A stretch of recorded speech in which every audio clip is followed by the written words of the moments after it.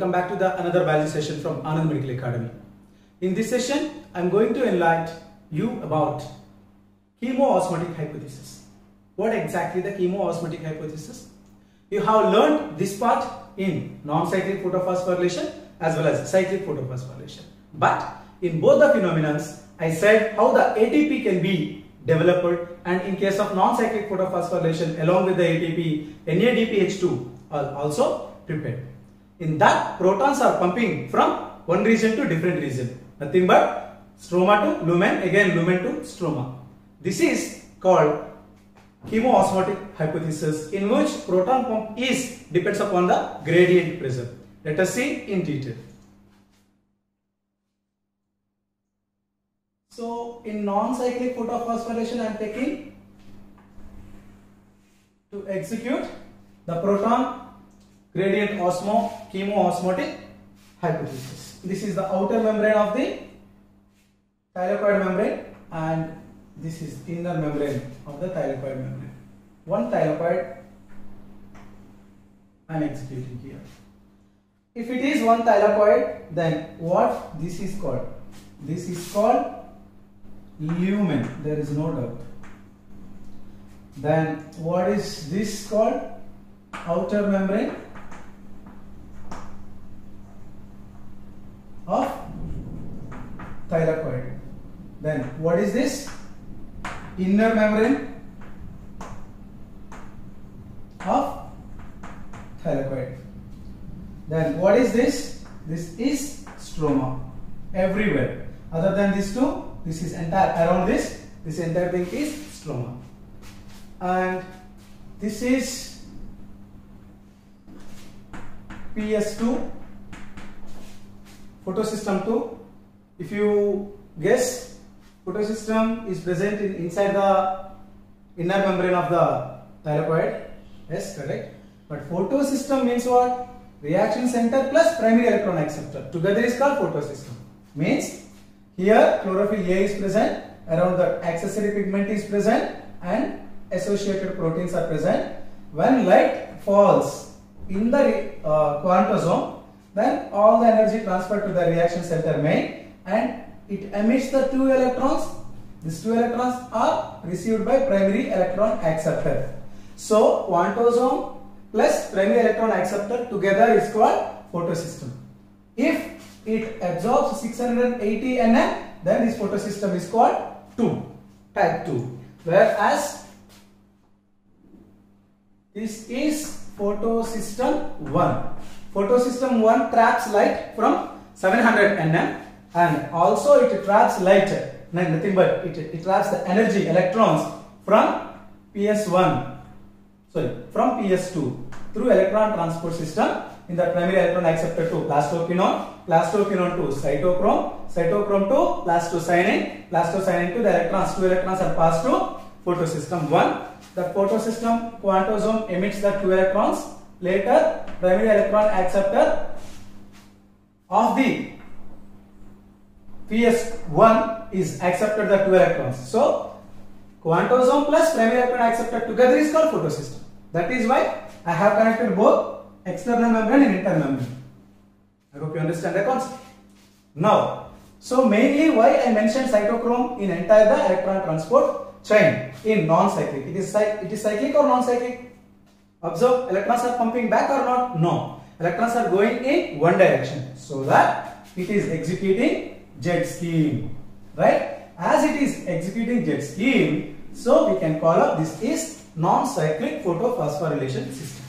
In non-cyclic photophosphorylation system, electrons are pumping from photosystem 2 to photosystem 1 through a short electron transport chain, which is consist of only 3 electron acceptors. The first one is plastoquinone, next is cytochrome, next is plastocyanin, next is quantosome of the photosystem 2, and also it traps 700 nm energy. This is simply called non-cyclic photophosphorylation. But the reason why I mentioned only cytochrome here means when electrons are passing through cytochrome, energy will be released. Whereas in the cyclic photophosphorylation, energy will be released at two places. But in non-cyclic photophosphorylation, energy will be released at one place, that is at cytochrome. Very important. So, while energy is releasing in cytochrome, generally in the stroma, this is a stroma, right? You just recall the previous sessions. In the stroma, protons will be present. So many protons will be present. So before this light reaction, non-cyclic photophosphorylation is a part of nothing but light reaction, right? During this light reaction, ATP should be synthesized. What is the magic behind the ATP synthesis is the concept today. So, one light comes, then electrons are falling from higher state to lower state. That time energy is released. When two electrons are passing from photosystem 2 to photosystem 1, energy is released. By using that energy, protons, one set of protons are coming into the lumen. This is well known part. So, why protons only coming? Because protons concentration in the stroma is high before light reaction. During light reaction, due to the energy availability, protons concentration which is high gradient in the stroma, use that energy to pump up. Generally, the diffusers, for that no ATP is required. High concentration to low concentration they are coming with energy. That energy is released at a cytochrome. Clear? Now, protons are coming into the lumen. Fine. So, protons are increasing in the lumen. The reason number one is electrons are falling from higher state to lower state in the thylakoid membrane. So that protons concentration is generally high in the stroma, generally low in the lumen. So that from high concentration to low concentration set of protons fallen. Means diffused, transformed. Another reason or another cause for building up the protons in lumen is splitting of water. What is splitting of water? Generally, inner membrane of the thylakoid near the lumen, there was a oxygen evolving complex. Why it is called oxygen evolving complex? See, generally it is a water molecule. When light falls on water molecule, it splits into three components. One is half O2. Another one is 2 protons. Another one is 2 electrons. So, 2 electrons are replacing here. That is why it is non-cyclic. Whereas 2 protons are building up in the lumen. Then what is the end product? Oxygen. So, once this complex is present, oxygen will be evolved. Due to the reaction is called photolysis of water. Due to photolysis of water, what will be released? Oxygen will be released. Released means what? Evolving. So that this complex is also called, simply there is a water molecule. But due to the splitting of water molecule, oxygen is liberating, nothing but releasing. That is the reason oxygen evolving complex has been named. Understand? Once oxygen is available, along with that oxygen, protons and electrons are also coming. You know very well why electrons are coming over here to replace the loss of energy here. To excite again, they need electrons. That's the reason the electrons are replacing there. What about the protons? These protons are also building in lumen because of photolysis of water. This is photolysis of water. Because of photolysis of water, set of protons are building. Because of energy is falling from higher state to lower state, set of protons are building. So, finally what I would like to say, during light reaction, whatever it is, maybe non-cyclic photophosphorylation or photolysis of water, what is happening? Protons are accumulating inside the lumen. I repeat, when light comes, protons are building up their concentration inside the lumen. What are the reasons? Reason number one, light reaction, there is a non-cyclic photophosphorylation, helps to release the energy at cytochrome. Due to that energy, set of protons are coming from stroma to lumen. Number two, as oxygen evolving complex release 2 protons, into the lumen, so they are also building up in the lumen. As light is continuously falling, these two reactions are also happens. Then what will happen? Proton concentration increases. So here now proton concentration comes to the peak. Just before all these reactions, where the proton concentration is in peak, stroma. After all these reactions, where concentration of protons will be increased, in lumen. Now they have to go back now. Otherwise, it will be under stress of pH. Concentration increases, then what will happen? pH varies. When hydrogen concentration increases, pH will be less, so it will be acidic. So to avoid the acidic environment, the protons must move from lumen to stroma. That is the story of chemoosmotic hypothesis. To move the protons from stroma to lumen, there was a helping hand, that is electrons falling from higher state to lower state, so that energy. But to move from lumen to stroma, there was no electrons falling. So there is no helping. That is why there was various special channels in the thylakoid membrane. They are called proton pumps. They are called proton pumps. The proton pumps consist of two important units. The first one is F0 or F0, and it is continued by a head-like structure. This is a tail-like or stalk-like structure. This is a head-like structure. Right? This is called F1. F0, F1 particles are present in the thylakoid. But in that, F0 is embedded in the thylakoid membrane. Thylakoid membrane, very important. So the protons concentration increases, a set of protons first comes and diffuses through F0. Very important. Transport of protons through F0 by simple diffusion, that doesn't require any kind of ATP or energy, right? So the next part is F1. When the protons are coming from F0 to F1, what is the difference between F0 and F1? Both are same complex, but F0 structure is a stalk, F1 structure is a head. F0 structure is embedded, means associated or linked completely in the structure of thylakoid, whereas F1 is bulge part, which is not embedded and it is associated with the F0 but present outer side of the thylakoid membrane, means inside the stroma. Clear? Then this F0, F1 is not embedded and present in the stromal side.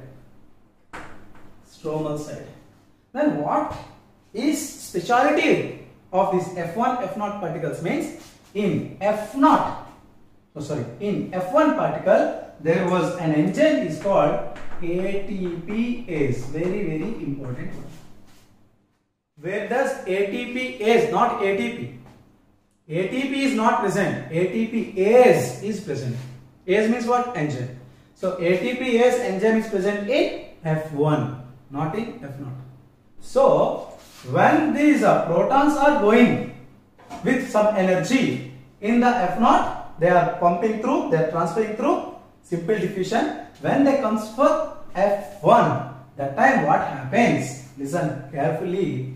And this is stroma, right? Inside the stroma there was ADP and also some phosphate molecules. This ADP and this phosphate, under the function of ATPase, by the help of energy released by these protons. I repeat, protons brought with some energy. With the energy, the protons are passing from lumen to stroma. They are not electrons, protons. So these protons are releasing energy and passed out. Clear? I repeat. While protons are passing through F0 and F1 towards the stroma, in the stroma one ADP molecule and one phosphate molecule combined in the presence of ATPase enzyme availability at F1, they become ATP. So that ATP is synthesized in the stroma. Don't think that hydrogens are utilized. No. Hydrogens are pumped from high concentration from lumen to low concentration in the stroma. Hydrogens are also passed by releasing energy from the hydrogen. One ADP and one P gather that energy and become ATP. Now what is the use of that protons? They are coming from here and gone back to their same place. Then how does that 2H converts into another form of energy? Let us see. So in the stroma there was NADPs also there, and outer membrane side there was an enzyme is called NADP reductase. Here I would like to mention a point to avoid the confusion. ATPase enzyme is present in F1 particle. NADP reductase enzyme is present outer membrane of thylakoid near the PS1. So as these protons are available, this NADP receives these protons and become NADPH2. So in the process of chemoosmotic hypothesis, ATP as well as NADPH2s were synthesized due to proton pump from first step stroma to lumen, next step lumen to stroma. But when protons are pumping from stroma to lumen, there was simply electrons for, that is energy released by electrons helping. But chemoosmotic hypothesis occurs when protons are pumping from lumen to stromal side. What was synthesized? ATP is synthesized due to F1 F0 particle assistance. NADPH2 is also synthesized due to NADP reductase enzyme present near the PS1. That NADP reductase enzyme present in only thylakoid membrane. That's why in non-cyclic photophosphorylation, due to the presence of that enzyme, NADPH2 is synthesized. In case cyclic photophosphorylation, then what happens? This is lamella. So that this is also stroma, this is also stroma. This is outer membrane of lamella and this is inner membrane of lamella. Both sides stroma is present. So here what was there? PS1 was there. This PS1 trapped energy, that is 700 Nm. So here PS1 released the 2 electrons. 2 electrons are accepted by primary electron acceptor. Then FD, pyridoxine. Next plastoquinone. Next cytochrome. Next plastocyanin. From the plastocyanin, the 2 electrons are coming back. But here 1 and 2 places ATP can be synthesized. Means energy will be released here and here. First ATP and second ATPs are synthesized. My question is, why not NADPH2 is synthesized in the lamella? Because NADP reductase enzyme is present near the outer membrane of thylakoid, not any of the region of lamella. Due to the absence of NADPH2 enzyme, even that H plus are coming, NADP is also available in the stroma. Absence of enzyme, the products cannot become, the reactants cannot become products. That is the reason NADPH2 cannot be synthesized in case of cyclic photophosphorylation. So here also protons are pumping from stroma to stroma, but there is no need, here but stroma to lumen, again they have to back for stroma, but here protons are pumping from stroma to stroma. So concentration is not moving from one gradient to another gradient, means one region gradient to another region gradient. So that in cyclic photophosphorylation there is no requirement of NADPase enzyme, but ATPase is required over here. This is the concept of chemoosmotic hypothesis. It is very easy if you practice it twice. I hope you understand. Attend assignment logically. All the best. Thank you.